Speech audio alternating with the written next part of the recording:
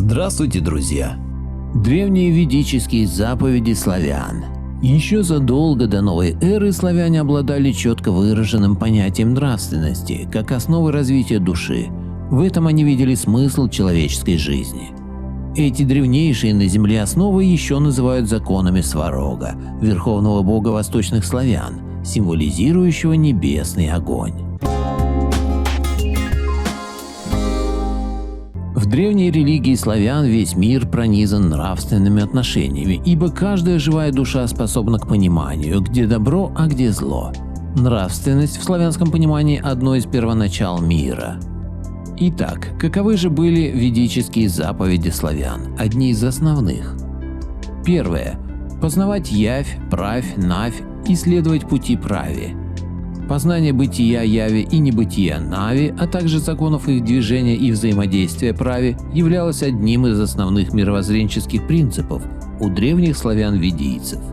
Славянин не безразличен к окружающему миру, им движет постоянный интерес к тому, как устроена Вселенная. Он размышляет над законами Сварога, ибо понимание и овладение ими помогают двигаться в унисон с космическими и земными преобразованиями по пути прави. Таким образом, следование пути прави – это жизнь и деяние в соответствии с законами Сварога, законами мироздания.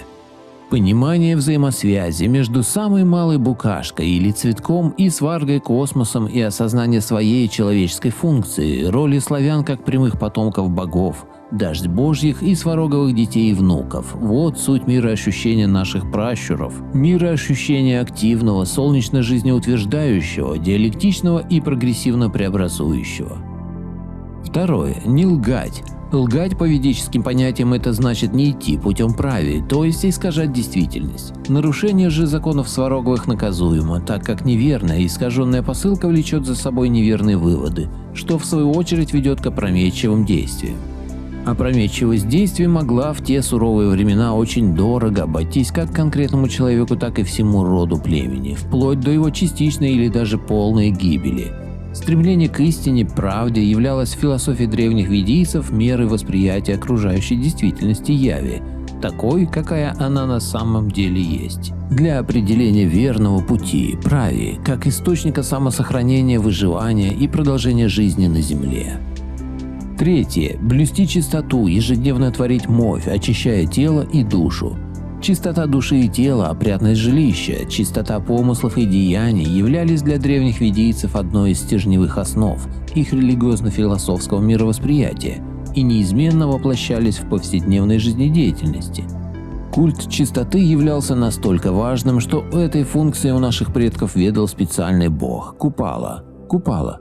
Ежедневно утром и вечером славяне творили мовь, то есть совершали одновременно молитву и омовение, а в праздники, прыгая через костер, очищались также и огнем. По славянским понятиям, только человек, соблюдавший эти принципы, сможет стать достойным своих богов и пращуров и обрести после смерти вечную жизнь в прекрасном рае Ирии, слившись с ними в единую правду. Только молясь богам, имея чистыми душу и тело, будем жить с праотцами нашими, в богах сливаясь в единую правду. Так лишь мы будем дождь божьими внуками. Четвертое. Беречь свою землю и приумножать славу Руси. Ведийцы относились к своей земле не просто как к занимаемой территории, а как к матери, мать сыра земля Притхвиви, которую почитали священной и во все времена берегли ее и защищали даже ценой собственной жизни.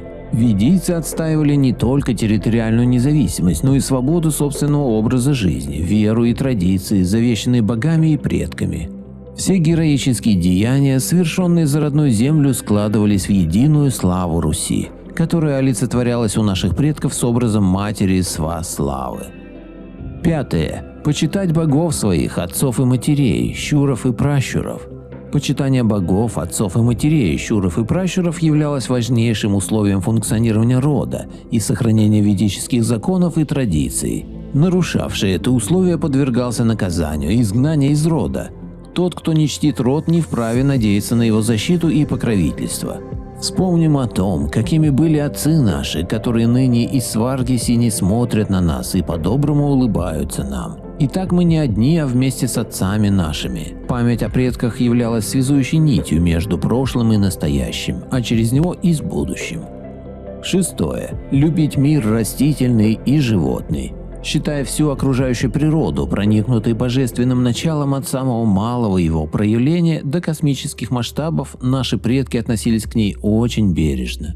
Причинение вреда какой-либо части ее без крайней на то необходимости было немыслимо. Уничтожение птицы, зверя или рыбы допускались только в пределах, необходимых для поддержания жизни.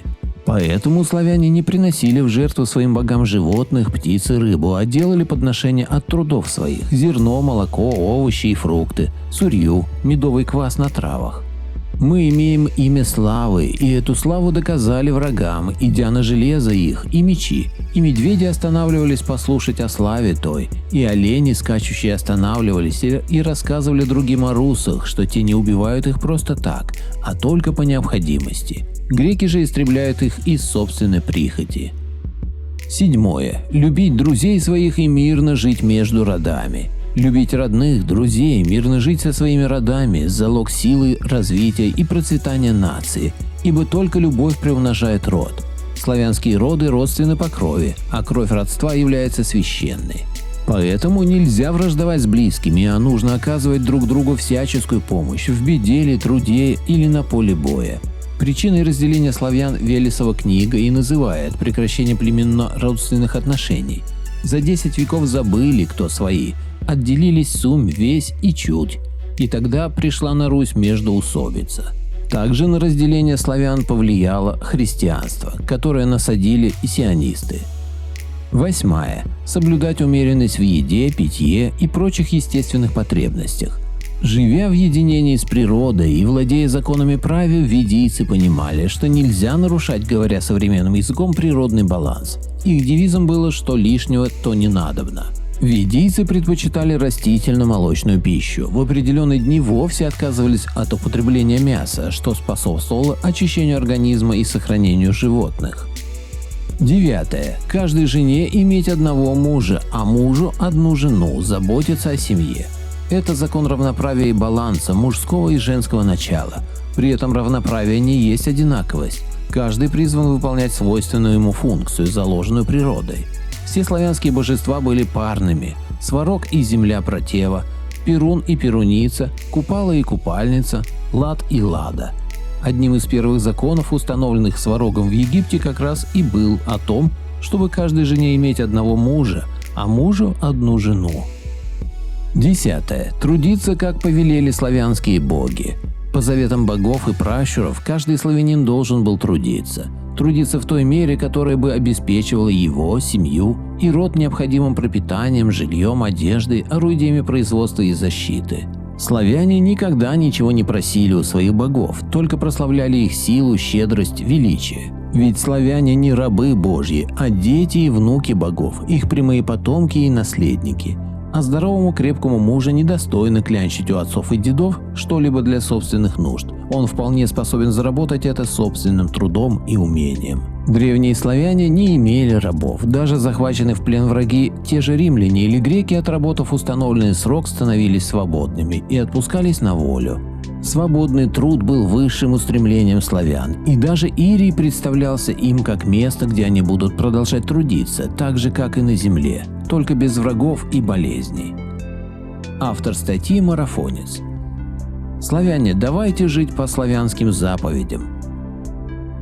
Благодарю всех, кто подписался на мой канал и смотрит мои видео. Ссылка на статью в описании. Поделитесь моим видео в соцсетях с родными, друзьями и знакомыми. Люди имеют право знать все точки зрения. Всем спасибо за внимание, буду рад вас видеть на своем канале снова.